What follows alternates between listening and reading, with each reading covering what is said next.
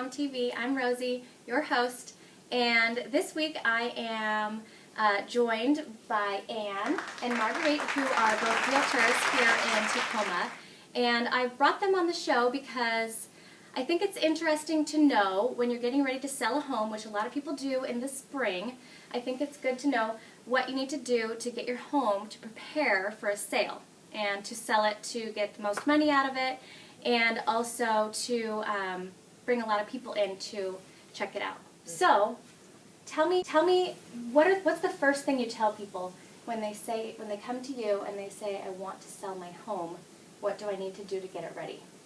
There's probably a lot of things. Well, most people want to know very first, what's it worth? So I want to sell my home, but especially after the last few years, what is its current value? Can I sell my home? Okay. And I think most people right now would be surprised to discover you definitely can. The market's very strong, very active, inventory is very, very low, which means higher sales prices for sellers who are willing to get their homes ready and on the market. So that's usually item number one. And so that means getting an appraisal? No, good question. Yeah. Okay. So actually, you don't get an appraisal until you have an offer. So what you Okay. get is what's called a market analysis. So an Okay. agent will come to the house, take sold properties that have sold recently in your neighborhood to come to a value for your house.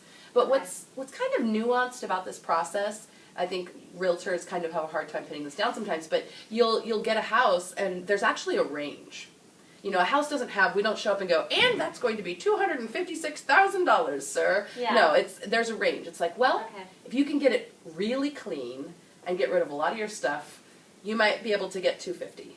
But if you can fix up the garage, I'm trying to think of some good examples, and refinish those hardwood floors, you know, there might be additional space in the range to push you into a different sort of buyer situation. And one of our big changes in the last, truly the last 18 months, is that the other thing that impacts which end of that range that you're on is what's happening in the market. So for a while there, we had to go towards the low end of the range because the market was so tight. Now we are pushing towards the higher end of that range because there aren't very many homes for sale.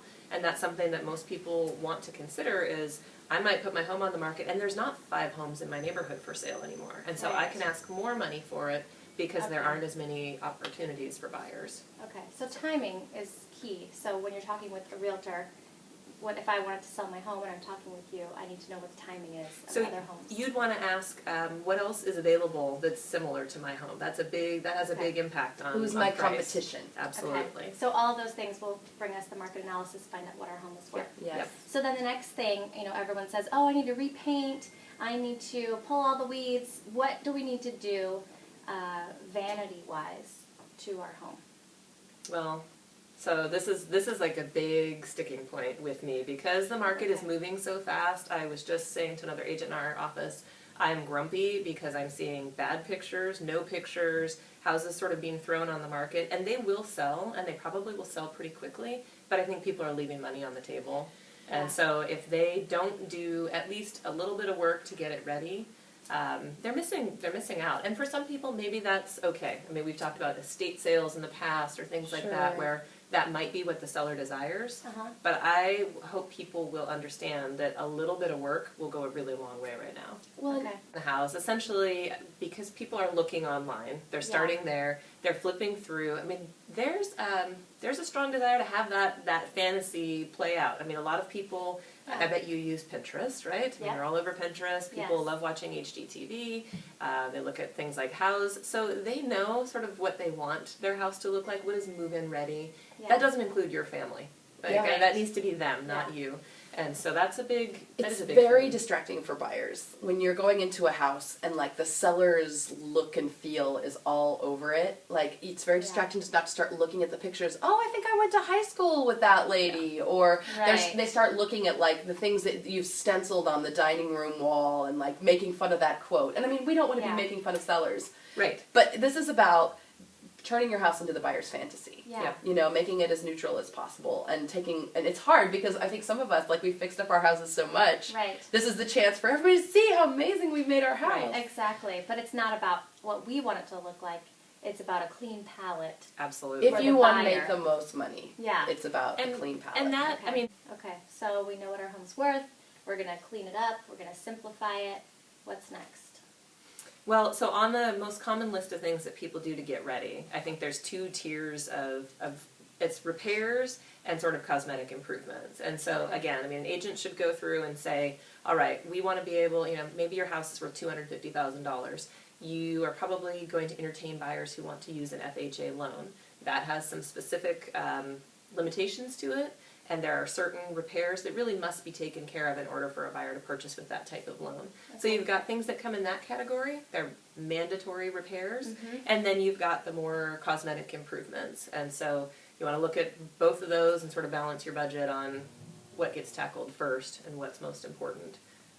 Cosmetic, we've had lots of good chats about the cosmetic stuff. Yeah, I mean, most common ones. Yeah, I think common is like neutral paint colors or just eliminating custom things in the house that are specific to the seller. Lady with the bathroom mermaid mural, I'm looking at you. Yes. But like, again, it's hard because people want to leave like their special custom touches on things. Yeah. But if it comes down to if you really want to sell, get rid of a mermaid mural. Yeah. Usually, unless you find that perfect mermaid loving buyer. It might be time anyway. Right. Okay, so this is a generic blanket question. If I were to invest $2,000 in either some sort of improvement, cosmetic improvement, what could the return possibly be? $10,000? It just really depends, doesn't it? Yeah, it does. And it depends on the overall condition of your house, too. Like, if you're saying, like, if you have a basically good-to-go house, like, what's going to get you the most bang for your buck for $2,000? I'd say staging. There can be, I mean, many times the return is 3 times over for some of those things. I mean, particularly that light kind of work.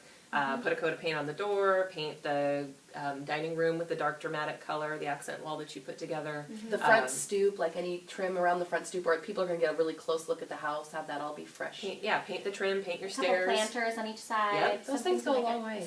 Those, and I mean, those are the sort of things that maybe people kind of go, oh, that's hokey, that's just gimmicky stuff. It works. It makes such a big difference. Yeah. Although I am a little nervous. Like, I feel like we need to put like a little asterisk besides spend $2,000, get 3 times the return, because I see people spend crazy money on things that are going to get them absolutely no more money, possibly might even hold them back. So it's very important to find the kind of real estate agent that's very good, and there are some amazing agents in Tacoma that really know their stuff. Thank you both so much for being on the show today. Thank you I really appreciate it. You can find all the show notes on my blog, TacomaWorkingMom.com. I'll have links to Marguerite and Anne's websites if you have questions. They also produce amazing videos about real estate, so where can we check those out?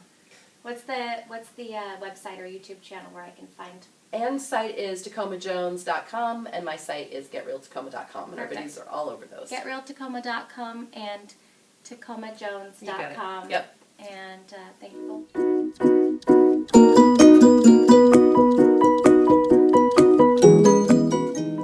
Thanks for watching Tacoma Working TV.